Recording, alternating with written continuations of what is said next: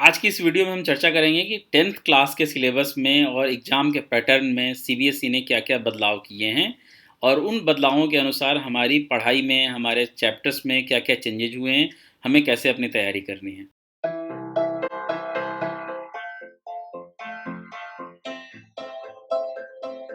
नमस्कार साथियों।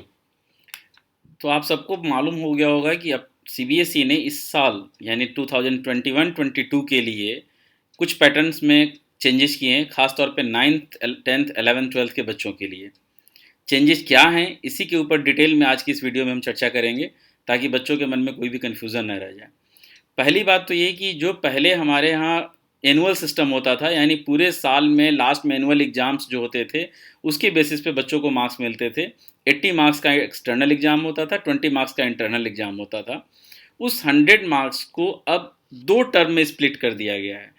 आपने ये वर्ड सुना होगा कि अब टर्म वाइज़ सिलेबस भी है, टर्म वाइज़ एग्ज़ाम भी होगा। इसका क्या मतलब है? इसका मतलब ये है कि अब 1 साल में आपके 2 एग्ज़ाम्स होंगे और दोनों ही इक्वली इम्पोर्टेंट हैं, यानी 50-50 मार्क्स के। जो पहला एग्ज़ाम होगा वो नवंबर-दिसंबर में होगा और सेकंड एग्ज़ाम जो होगा वो मार्च-अप्रैल में होगा। क्लियरली सेकंड टर्म के लिए आपके पास बहुत ज़्यादा समय नहीं होगा, फर्स्ट टर्म के लिए आपके पास थोड़ा ज़्यादा समय है। दोनों 50-50 मार्क्स के एग्ज़ाम होंगे, जिसमें 40 मार्क्स का आपका मेन एग्ज़ाम होगा और 10 मार्क्स आपके इंटरनल असेसमेंट के होंगे। इसके ऊपर और डिटेल में भी मैं बताऊँगा कि कैसे वो इंटरनल असेसमेंट जोड़े जाएँगे, वो 40 मार्क्स का कैसे सिलेबस होगा, क्या होगा। लेकिन अभी आपको मैं इतना बता दूं कि आपके ये जो दोनों एग्जाम है, दोनों मिला करके आपका फाइनल रिजल्ट बनेगा। तो दोनों एग्जाम को आपको इक्वली वेटेज दिया गया है, इसलिए दोनों को आप सीरियसली लीजिए। ये एग्जाम्स किस मोड में होंगे, कैसे होंगे, ये डिपेंड करेगा कि उस समय पेंडेमिक की क्या सिचुएशन होती है। अगर पेंडेमिक अलाउ करेगा कि फिजिकल फॉर्म में एग्जाम हो तो आपको स्कूल बुला के आपके एग्जाम्स लिए जाएंगे। अदरवाइज हो सकता है कि वर्चुअल मोड में आपको घर से ही एग्जाम देने की सहूलियत रहे। जो भी सिचुएशन होगा वो उसके हिसाब से तय करेगी सीबीएसई। बट फिलहाल आज हमारा विषय है जिसके ऊपर हमें डिटेल में चर्चा करना है कि सिलेबस में क्या क्या चेंजेज आए हैं, फर्स्ट टर्म में कौन से चैप्टर्स होंगे, कौन से चैप्टर्स सेकंड टर्म में होंगे, हमें अपनी स्ट्रेटजी कैसे रखनी चाहिए, इसके ऊपर मैं डिटेल में आज आपसे बात करने जा रहा हूँ। So let us come on the point. मैं आपको दोनों चीज़ें बताऊंगा कि जो हमारा पिछला सिलेबस था और जो हमारा इस बार का सिलेबस है, दोनों में क्या चेंजेज है, उनको हम साइड बाय साइड रख करके देखेंगे और तब आपको शायद ज़्यादा बेहतर समझ में आएगा, बेटर आइडिया आपको मिल पाएगा कि क्या हमारे सिलेबस में चेंजेज आए हैं। यहाँ लेफ्ट साइड में ये स्क्रीन अगर आप ध्यान से देखें तो यहाँ पे ये जो आपको सिलेबस दिख रहा है, ये लेफ्ट साइड में ये सिलेबस जो आप देख पा रहे हैं, ये लास्ट ईयर का सिलेबस, पहले का सिलेबस है। लास्ट ईयर भी सिलेबस में चेंजेस किए गए थे, लेकिन ये लास्ट ईयर से पहले का सिलेबस। और ये राइट साइड की स्क्रीन जो आपको दिख रही है, यहाँ पर जो हम सिलेबस डिस्कस करने वाले हैं आज, ये सिलेबस हमारा इस साल का सिलेबस है। इसमें जैसे आप यहाँ देख पा रहे हैं कि ये फर्स्ट टर्म है हमारा, ये हमारा फर्स्ट टर्म है। इस फर्स्ट टर्म में क्या क्या सिलेबस है, क्या क्या चैप्टर्स हैं, अब उसके ऊपर हम डिटेल में डिस्कस करने जा रहे हैं।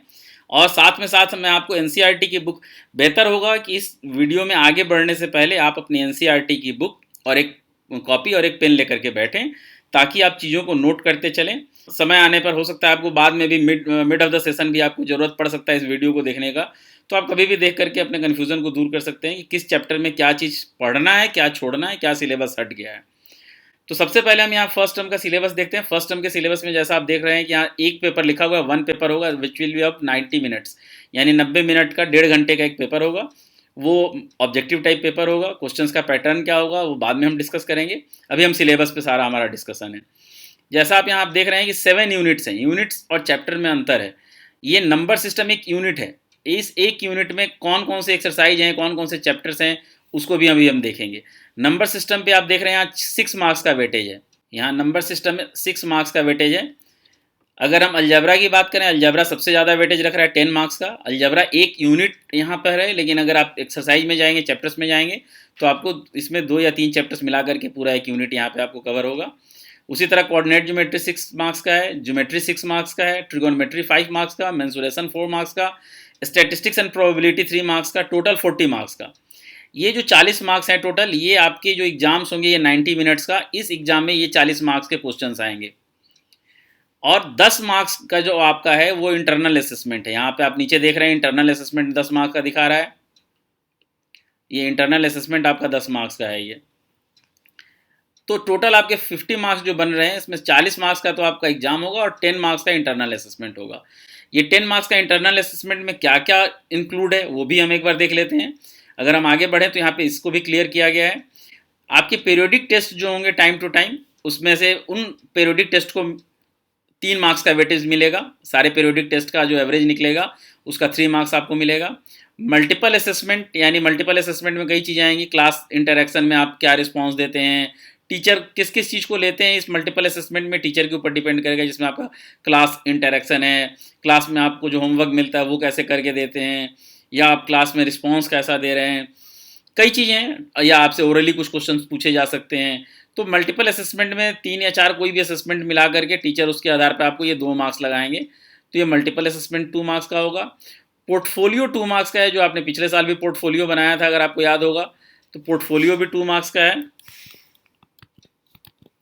और student enrichment activities practical work 3 marks का है। स्टूडेंट इनरिचमेंट एक्टिविटी में टीचर्स आपको कोई भी काम दे सकते हैं आपके सब्जेक्ट से रिलेटेड, यहाँ मैथमेटिक्स की हम बात कर रहे हैं, तो मैथमेटिक्स में सब आपको कोई भी एक्टिविटी, कोई भी एक असाइनमेंट, कोई भी एक प्रोजेक्ट आपको मिल सकता है, एक या एक से ज़्यादा भी प्रोजेक्ट दिया जा सकता है, जिसके बेसिस पे आपको ये 3 मार्क्स मिलेंगे।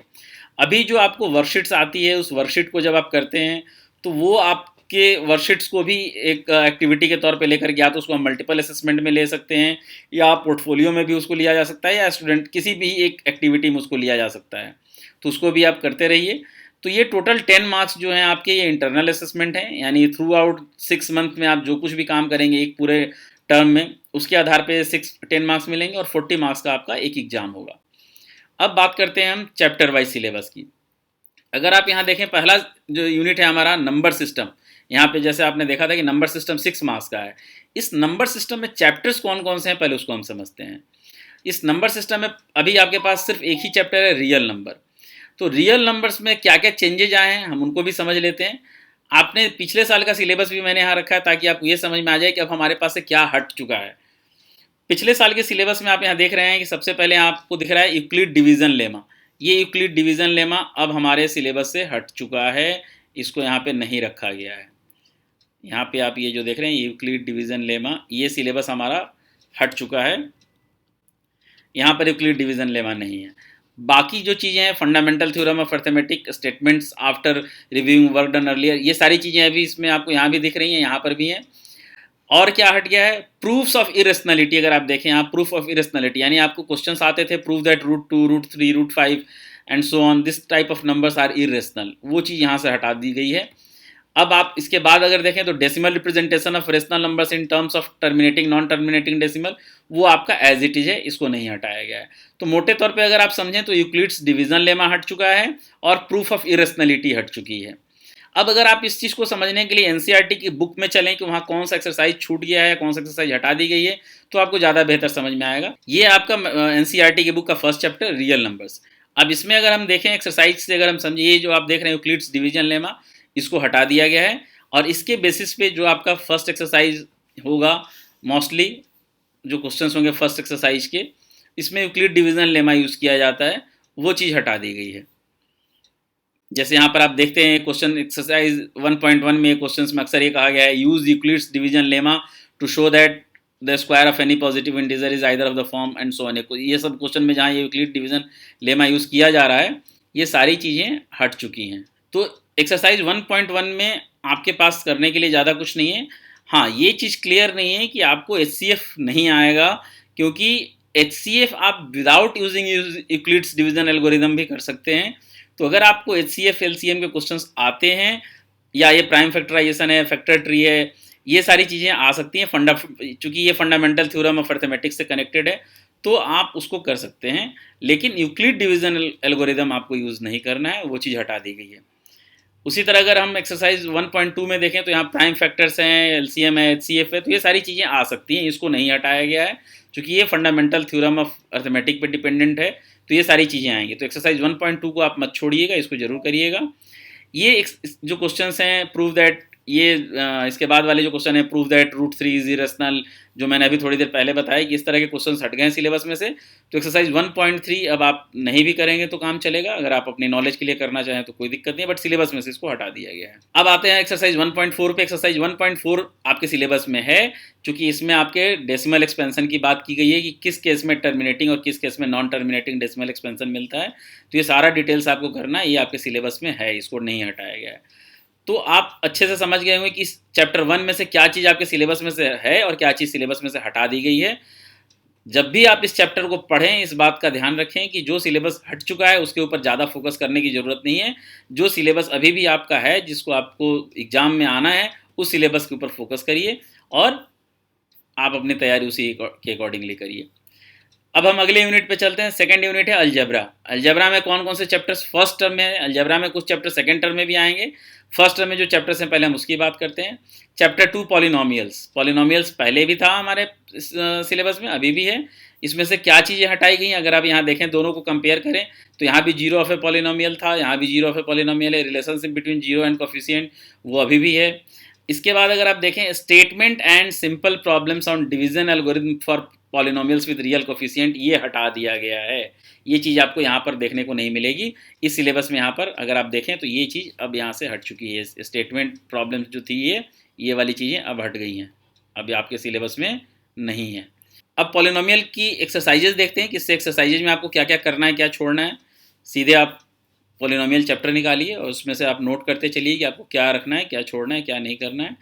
तो इसमें आपके जो फर्स्ट एक्सरसाइज है जिसमें आपको पॉलिनोमियल के जीरोस के बारे में बताया गया है, ये आपको करना है। 2.1 बिल्कुल करना है। 2.2 पर अगर हम आए, 2.2 में भी आपके रिलेशन विद कोफिशिएंट है, ये भी करना है आपको।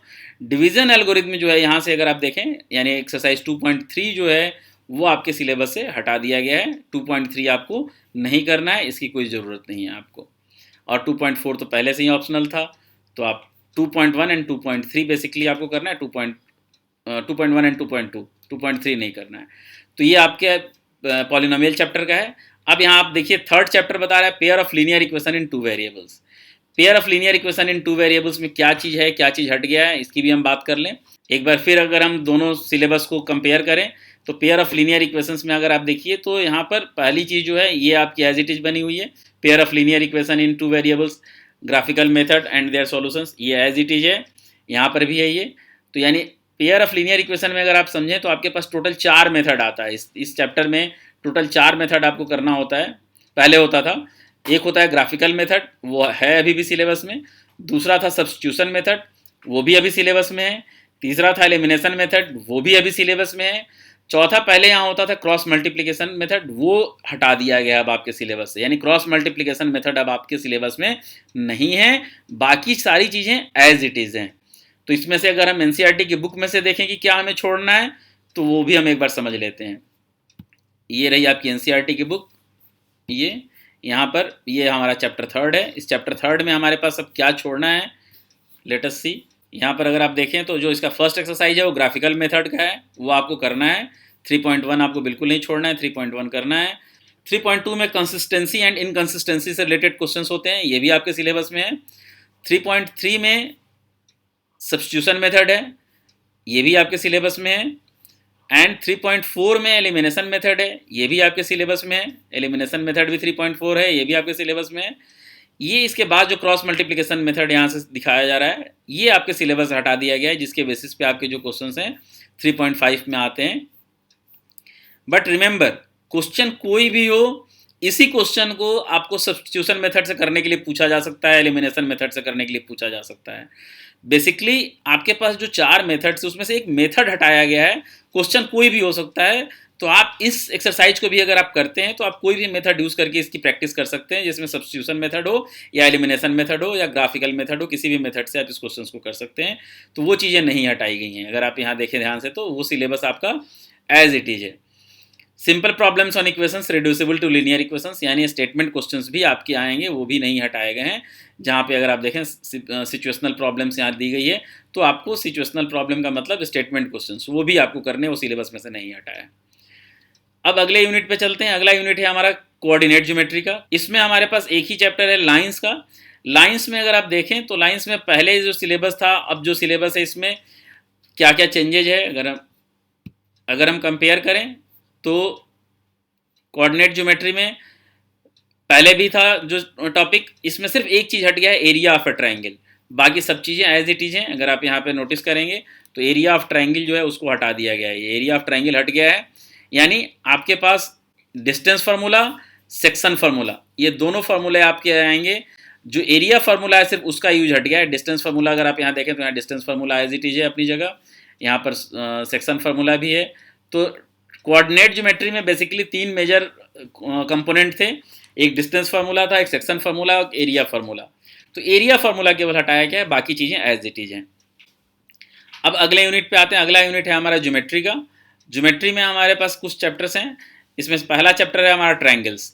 अब ट्रायंगल्स में देखिएगा अगर आप ध्यान से, इसमें अगर आप एक चीज़ नोटिस करेंगे तो आप देखेंगे कि यहाँ पर ट्रायंगल्स में 9 थ्योरम्स के बारे में यहाँ दिया गया है। पहले भी था ये 9 थ्योरम्स, यहाँ अभी भी है 9 थ्योरम्स ये। और इनके पहले ब्रैकेट में यहाँ लिखा हुआ है प्रूव, कहीं लिखा है प्रूव और कहीं लिखा है मोटिवेट। इसका क्या मतलब है इसको समझ लेते हैं एक बार। प्रूव का मतलब ये हुआ कि ये जो थ्योरम्स हैं इनकी प्रूविंग आपको एग्जाम में आ सकती है विद स्टेटमेंट। क्वेश्चंस ऐसे भी आ सकते हैं कि state and prove Pythagoras theorem या state and prove Thales theorem. तो इसका मतलब ये हुआ कि उसकी स्टेटमेंट भी आपको याद रखनी है और उसकी प्रूविंग भी आपको याद रखनी है। मोटिवेट का मतलब ये हुआ कि आपको इस थ्योरम को समझना है, इसकी proving examination point of view से इंपॉर्टेंट नहीं है, एग्जाम में इसकी प्रूविंग नहीं आएगी बट इसका एप्लीकेशन आएगा, इसके बेस पे क्वेश्चन आएगा। तो अगर पुराने सिलेबस में आप देखें तो प्रूव यहाँ पर एक जगह है, एक थ्योरम, और नीचे यहाँ 2 3 4 थ्योरम की थी प्रूविंग और बाकी सबके आगे मोटिवेट लिखा हुआ था। अब यहाँ पर आप नए सिलेबस में देखेंगे तो सिर्फ थ्योरम फर्स्ट, जिसको हम बेसिक प्रोपोर्शनलिटी थ्योरम या बीपीटी कहते हैं, वो है। और उसके बाद सिर्फ एक 8th पॉइंट पे अगर आप देखेंगे आकर के, सिर्फ 8th पॉइंट पे ये पाइथागोरस थ्योरम है। सिर्फ 2 थ्योरम हैं आपके इस पूरे चैप्टर में जिनकी प्रूविंग आपको याद रखनी है या प्रूविंग जिनका आपको करना है। बाकी थ्योरम्स जो हैं उनको आप समझ लीजिए, उनके बेसिस पे आपको क्वेश्चंस करने के लिए आ सकते हैं बट थ्योरम की प्रूविंग आपके सिलेबस में नहीं होगी। और बाकी सारा एक्सरसाइज जो है वो एज इट इज रहेगा। बाकी जो थ्योरम्स हैं उनकी प्रूविंग हटाई गई है, इसका ये मतलब नहीं है कि उसके बेसिस पे क्वेश्चन हट गया, एक्सरसाइज हट गया। कोई एक्सरसाइज नहीं रिड्यूस हुआ है, सारा एक्सरसाइज एज इट इज रहेगा, सारे क्वेश्चन एज इट इज रहेंगे। केवल थ्योरम की प्रूविंग आपकी हटाई गई है। सिर्फ 2 थ्योरम की प्रूविंग आपको करनी है, बीपीटी जिसको हम कहते हैं बेसिक प्रोपोर्शनलिटी थ्योरम, और दूसरा है पाइथागोरस थ्योरम। बाकी थ्योरम्स की प्रूविंग आपको नहीं करनी है बट उनका इस्तेमाल जरूर है, उनके एप्लीकेशंस के बेसिस पे क्वेश्चंस आ सकते हैं और आएंगे। सो रिमेंबर कि हमें वहां पे कोई कंप्रोमाइज नहीं करना है। अभी फर्स्ट टर्म में हम सिर्फ ट्रायंगल, ज्योमेट्री में अगर आप देखें तो फर्स्ट टर्म में सिर्फ ट्रायंगल्स रखा गया है और कोई चैप्टर नहीं रखा गया है। सर्किल वगैरह भी बाद में सेकंड टर्म में हम देखेंगे, सेकंड टर्म का सिलेबस। अभी मैं केवल फर्स्ट टर्म के सिलेबस की बात आज कर रहा हूँ। अब अगले यूनिट पे आते हैं। अगला यूनिट है ट्रिगोनोमेट्री, जिसमें जो चैप्टर है हमारा इंट्रोडक्शन टू ट्रिगोनोमेट्री, छठा चैप्टर है। इसमें जो था क्या क्या चीज़ें हट गई हैं, क्या क्या रह गई हैं वो देखते हैं। Trigonometric ratios of an acute angle of A right angle triangle, जो ट्रिगोनोमेट्रिक रेशियो था पहले भी था वो अभी भी है। Proof of their existence well defined, उनकी जो प्रूविंग थी वो भी है। और उसके बाद values of the trigonometric ratios जो हैं, पहले हमारे पास 0 डिग्री से लेकर 90 डिग्री तक सबका था, अब 0 डिग्री और 90 डिग्री हट गया, सिर्फ 3 वैल्यूज यहाँ पे हैं, 30 degree, 45 degree and 90 degree, 60 degree, 30, 45 and 60। सिर्फ ये 3 वैल्यू आपको ध्यान रखना है, 3 वैल्यू के ऊपर ही काम आएगा। उसके बाद रिलेशनशिप बिटवीन द रेशियोज के बीच में जो रिलेशनशिप होते हैं उनके, ये पहले भी था। फिर है ट्रिगोनोमेट्रिक आइडेंटिटीज। ट्रिगोनोमेट्रिक आइडेंटिटीज में sine square A plus cos square A is equal to 1 की आइडेंटिटी को यूज करते हुए जो क्वेश्चंस आते हैं ट्रिगोनोमेट्रिक आइडेंटिटीज, उनके ऊपर जो क्वेश्चंस आएंगे वो आ सकते हैं। Trigonometric ratios of complementary angles हट गए हैं, ध्यान से देखिए, यहाँ पर trigonometric ratios of complementary angles जो थे वो यहाँ से हटा दिए गए हैं। तो अब एक्सरसाइज में क्या क्या डिफरेंसेज आ गए हैं उसको भी समझ लेते हैं। अब एनसीईआरटी की बुक में ट्रिगो एक्सरसाइज देख लेते हैं कि इसमें कौन कौन से एक्सरसाइजेज हमें करने हैं, कौन से छोड़ने हैं, क्या रह गया है, क्या हट गया। क्वाड्रेटिक इक्वेशन जो 4th चैप्टर है वो हमारे इस टर्म में नहीं है, तो इस टर्म में आप उसको मत करिए। 5th चैप्टर जो है हमारा दैट इज अरिथमेटिक प्रोग्रेशन, वो भी इस टर्म में नहीं है, उसको भी अभी इस टर्म में नहीं करना है। ट्रायंगल्स के बारे में बात हो गई, इसके सारे एक्सरसाइजेज आपको करने हैं। इसमें सिर्फ आपको थ्योरम्स में एग्जाम्शन है और वो आपको मैंने समझा दिया। उसके बाद कोऑर्डिनेट ज्योमेट्री। अब आते हैं इंट्रोडक्शन टू ट्रिगोनोमेट्री। इसका जो एक्सरसाइज, पहला एक्सरसाइज है एक्सरसाइज 8.1, ये आपको करना है। इसमें कोई भी चीज़ एग्जेम्प्टेड नहीं है, पूरा 8.1 आपका सिलेबस एज इट इज है। यहाँ से जो आप देखते हैं trigonometric ratios of 30 degree and 60 degree, इनकी प्रूविंग आ सकती है, आती है। ये 45 डिग्री वाला भी है आपका। 0 डिग्री और 90 डिग्री केवल हटाया गया है। ये जो trigonometric ratios of 0 degree and 90 degree यहाँ पे आप देख रहे हैं, ये चीज़ आपके सिलेबस से हटा दी गई है, तो इसके लिए आप इसको छोड़ सकते हैं। और इसके बाद अगर हम एक्सरसाइज की बात करें तो एक्सरसाइज 8.2 आपके सिलेबस में है, इसमें एग्जाम्शन नहीं है। ये इसके बाद जो ये आप देख रहे हैं chapter trigonometric ratios of complementary angles, ये आपके सिलेबस से हटा दिया गया है, इसके फॉर्मूले भी हट गए और एक्सरसाइज 8.3 जो है ये अब आपकी एक तरह से कहिए कि सिलेबस में से हटा दी गई है। तो इनको आपको यूज़ नहीं करना है। कम्प्लीमेंट्री एंगल का एक्सरसाइज 8.3 अब आपका हट चुका है। अगर हम एक्सरसाइज की बात करें तो अब सिर्फ आपको 8.4 में ट्रिगोनोमेट्री, यहाँ पर भी कम्प्लीमेंट्री एंगल का फॉर्मूला जहाँ यूज़ किया जाएगा वो हमें यूज़ नहीं करना है। बाकी जो ट्रिगोनोमेट्रिक आइडेंटिटीज यूज़ करके क्वेश्चंस करने हैं वो आपको करने हैं, वो नहीं हटाया गया है। और ये जो अभी है ये चैप्टर 9 ये अभी इस टर्म में नहीं है। तो ये था आपका ट्रिगोनोमेट्री का। अब आते हैं हम मेंसुरेशन पे। मेंसुरेशन में आपको सिर्फ एक चैप्टर करना है, एरिया रिलेटेड टू सर्कल्स। वैसे मेंसुरेशन में 2 चैप्टर्स होते हैं, area related to circles and surface area and volumes. लेकिन यहाँ पर फर्स्ट टर्म में अब आपके पास सिर्फ एक ही चैप्टर है, एरिया रिलेटेड टू सर्कल, यानी एनसीईआरटी की बुक में चैप्टर नंबर 12। अगर इसके सिलेबस की बात करें तो इसके सिलेबस में बहुत ज़्यादा कोई चेंजेस नहीं लाया गया है, मेजर चेंजेस नहीं है, ऑलमोस्ट पूरा सिलेबस वही है। एक छोटा सा चेंज ये है कि अगर आपका सेक्टर का एंगल 120 डिग्री हो तो वो टाइप ऑफ क्वेश्चंस आपको नहीं करना है। फॉर एग्जांपल अगर आप देखें यहाँ एक्सरसाइज 12.1 ये एज इट इज रहेगा। एक्सरसाइज 12.2 में अगर हम देखें तो ये जैसे क्वेश्चन नंबर 7 है, इसमें सेक्टर का एंगल 120 डिग्री दिया गया है। तो इस तरह के क्वेश्चंस जिसमें सेक्टर के एंगल्स 120 डिग्री हों वो क्वेश्चंस हमारे सिलेबस से हटा दिए गए हैं। बाकी सारा सिलेबस एज इट इज है, यानी आपको एक्सरसाइज 12.2 बाकी का काम करना है, 12.3 भी एज इट इज करना है, उसमें कोई चेंजेस नहीं है। Now let us come on the next chapter that is statistics and probability. इस यूनिट में से स्टैटिस्टिक्स को इस टर्म से हटा दिया गया है, यानी इस टर्म में आपको सिर्फ प्रोबेबिलिटी पे फोकस करना है। स्टैटिस्टिक्स के ऊपर अभी आप काम ना करें, प्रोबेबिलिटी ही सिर्फ फर्स्ट टर्म में आएगा, तो सिर्फ इसी के ऊपर आप वर्क करें। और इसके सिलेबस की जहां तक बात है तो इसके सिलेबस में से कुछ भी रिड्यूस नहीं किया गया है, पूरा का पूरा सिलेबस एज इट इज है। तो अभी आप चूंकि इस वीडियो को देखते समय अभी आपने पूरे सिलेबस को एक बार में समझा देखा, हो सकता है जब आप आगे पढ़ना शुरू करें किसी 2-3 चैप्टर करने के बाद आपको अचानक ध्यान आए कि इस चैप्टर में पता नहीं क्या चीज़ रखना है क्या छोड़ना है, तो आप इस वीडियो को दोबारा फिर से आप देख लीजिए। आप इसका लिंक बेशक सेव करके रख लीजिए, टाइम टू टाइम आपको देखते रहने की ज़रूरत पड़ सकती है ताकि आपको क्लैरिटी रहे। कोई भी चैप्टर स्टार्ट करने से पहले इस वीडियो को अगर आप एक बार देख लेंगे तो आपको क्लियर हो जाएगा कि इस चैप्टर में क्या करना है और क्या छोड़ना है। मुझे उम्मीद है कि आपको अब कोई डाउट नहीं रह गया होगा। अगर डाउट रह भी गया हो तो आप इस वीडियो के कमेंट सेक्शन में डाल सकते हैं या मुझे पर्सनली आप कांटेक्ट कर सकते हैं। जिन बच्चों के पास मेरा कांटेक्ट नंबर है वो मुझे पर्सनली कांटेक्ट करके भी अपने डाउट्स क्लियर कर सकते हैं। तो आई होप कि अब आपको ये क्लियर हो गया होगा। सेकेंड टर्म आने तक मैं अभी आपको सेकेंड टर्म का सिलेबस नहीं बता रहा हूँ क्योंकि आपको कन्फ्यूज़न ना हो, इसलिए सिर्फ अभी फर्स्ट टर्म का सिलेबस जानिए और फर्स्ट टर्म के सिलेबस पर ही फोकस करिए। क्या चीज़ नहीं करनी है उसको छोड़ करके जो करना है उसके ऊपर फोकस करिए ताकि आप ज़्यादा फोकस से स्टडी कर सकें और आप अपनी तैयारी कर सकें। Thank you so much. नमस्कार।